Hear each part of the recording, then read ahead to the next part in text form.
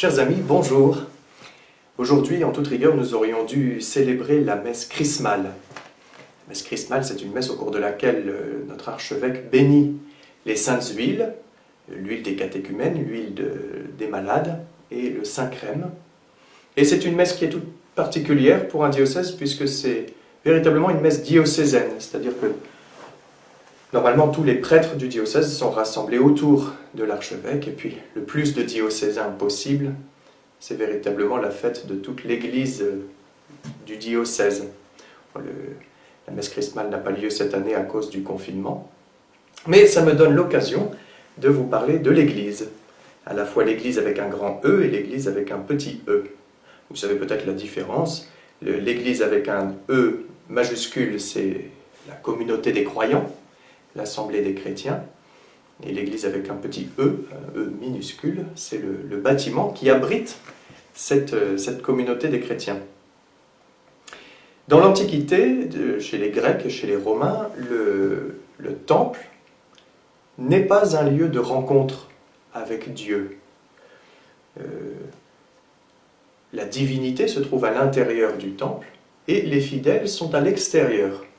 Ils se retrouvent devant le temple, ils offrent des sacrifices devant le temple, mais la rencontre ne s'effectue pas à l'intérieur du temple. Et dans le culte juif, il en va de même. Personne ne rentre dans le Saint des Saints, hormis un prêtre une fois par an. Mais sinon, les fidèles se trouvent à l'extérieur, il y a des cours qui précèdent le Saint des Saints, mais on ne rentre pas dans le Saint des Saints. Dans le culte chrétien, les choses vont être très différentes. Parce que le Christ nous dit, on le lit en Matthieu 18, 20, « Là où 2 ou 3 sont réunis en mon nom, je suis au milieu d'eux. » C'est-à-dire ce qui va vraiment fonder le culte chrétien, c'est l'assemblée, c'est le fait de se réunir, de se retrouver, de se regrouper. Et les premiers chrétiens vont se rassembler d'abord dans des maisons, chez de riches particuliers qui ont de la place dans leur maison, qui peuvent accueillir la communauté des fidèles. Et puis, progressivement, à partir du IVe siècle, le culte chrétien va être autorisé par l'empereur, et puis ensuite va devenir vraiment religion d'État. Et donc le nombre de fidèles va considérablement augmenter, donc il va falloir construire des bâtiments plus grands. Mais on ne va pas se tourner vers les temples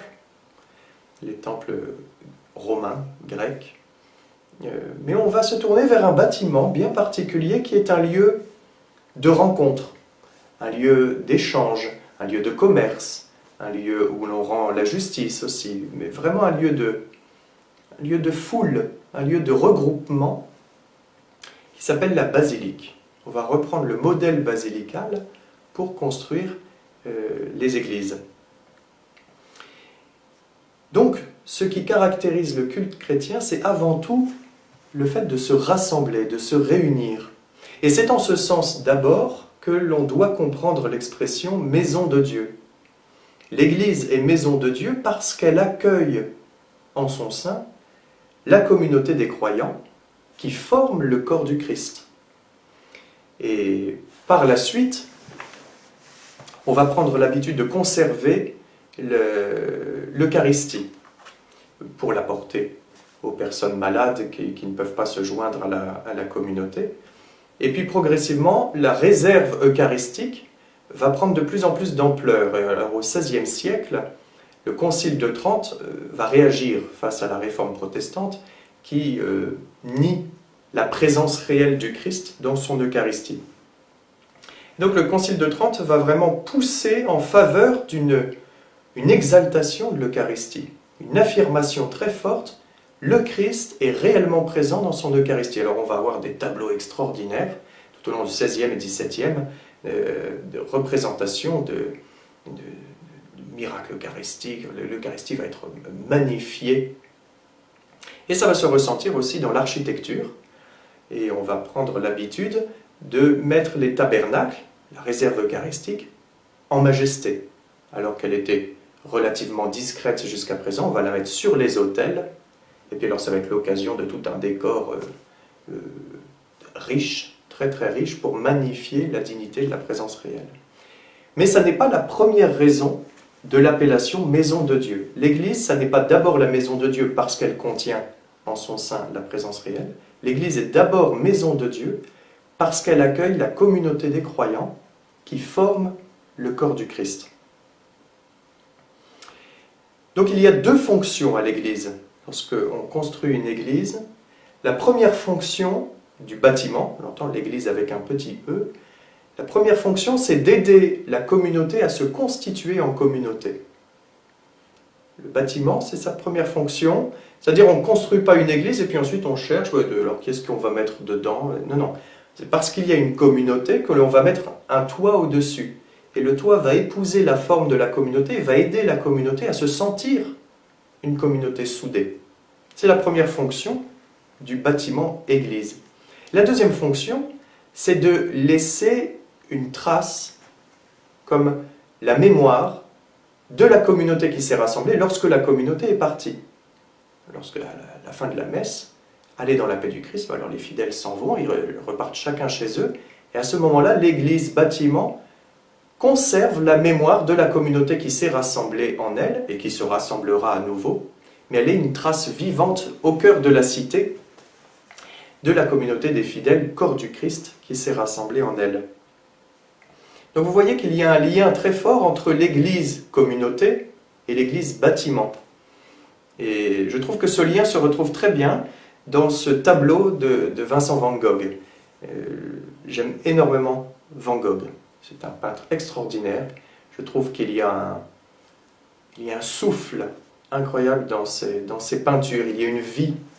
Parce que vous regardez un tableau de Van Gogh, il a peint les champs de blé comme personne. Vous regardez des champs de blé peints par Van Gogh, on sent le blé, on sent la terre. Et ce sont véritablement des tableaux animés, des tableaux vivants. J'aime beaucoup Van Gogh, vous l'aurez compris. Et alors ici, c'est l'église d'Auvers-sur-Oise. Il peint ça en 1890, l'année de sa mort. Il est venu à Auvers-sur-Oise et il peint l'église vue depuis le chevet. C'est un tableau qui aujourd'hui est conservé à Orsay, au musée d'Orsay. Lorsque le confinement est fini, il faut aller à Orsay aussi, après être passé à Gand. Et vous remarquez, l'église, Van Gogh l'a peinte, elle ondule. Vous regardez, on a l'impression qu'elle se trémousse. On a l'impression que l'église se dandine. En fait, l'église danse. Van Gogh ne nous a pas représenté une église figée, immobile. Il nous a représenté une église corps vivant. Et on a l'impression, véritablement en regardant cette église, de sentir la communauté qui est rassemblée à l'intérieur et qui chante la louange de Dieu. Et on a le sentiment que le bâtiment vibre avec la communauté qui est rassemblée en elle. Si vous allez sur Google et que vous regardez, vous tapez l'église d'Auvers-sur-Oise, vous verrez une photo de l'église. C'est une église tout à fait classique, mais immobile. Mais Van Gogh la représente en mouvement. Et je crois vraiment que c'est ce que l'église, bâtiment, doit permettre. Elle doit nous mettre en mouvement. L'église n'est pas un bâtiment figé qui nous immobilise.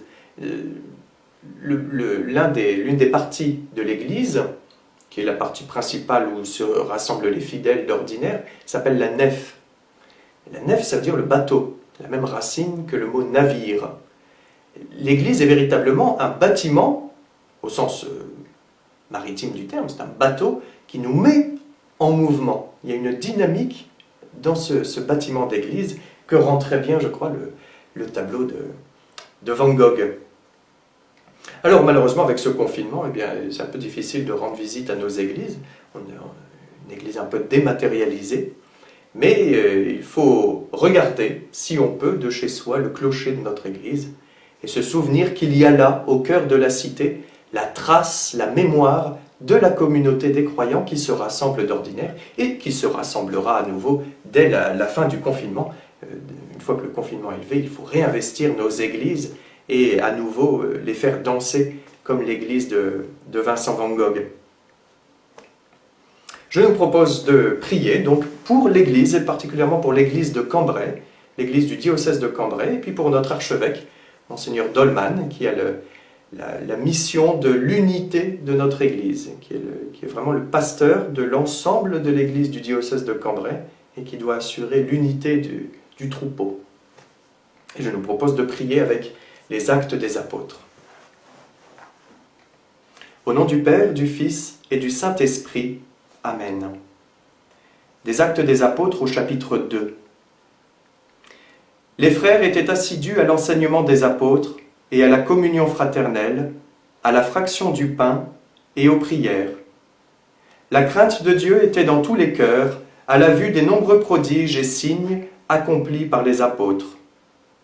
Tous les croyants vivaient ensemble, et ils avaient tout en commun.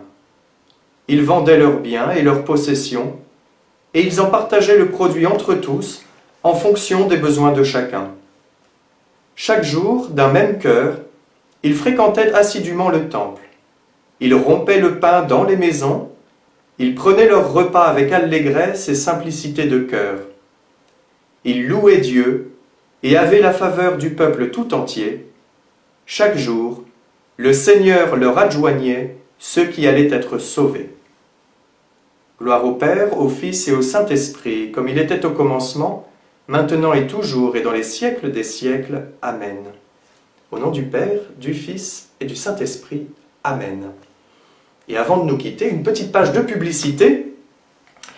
Les autorités ecclésiastiques de cette auguste paroisse m'ont chargé de vous rappeler que chaque matin, nous prions les laudes à 9h et que vous pouvez suivre ça en direct sur la page Facebook de la paroisse et sur le site internet. Les laudes à 9h, la messe à 11h, et puis à 18h30, une petite veillée spirituelle avec un thème qui change chaque soir. Et je vous rappelle aussi que demain, mercredi, à 15h, il y a Questions pour un cureton, où le Père Pascal et le Père Mathieu répondent à toutes les questions que vous êtes toujours posées sur l'Église et sur la foi chrétienne sans jamais oser le demander. Eh bien, c'est l'occasion.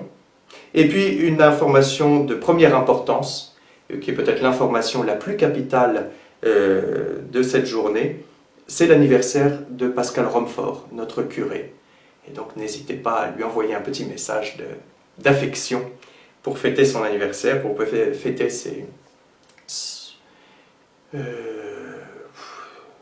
pas mal d'années.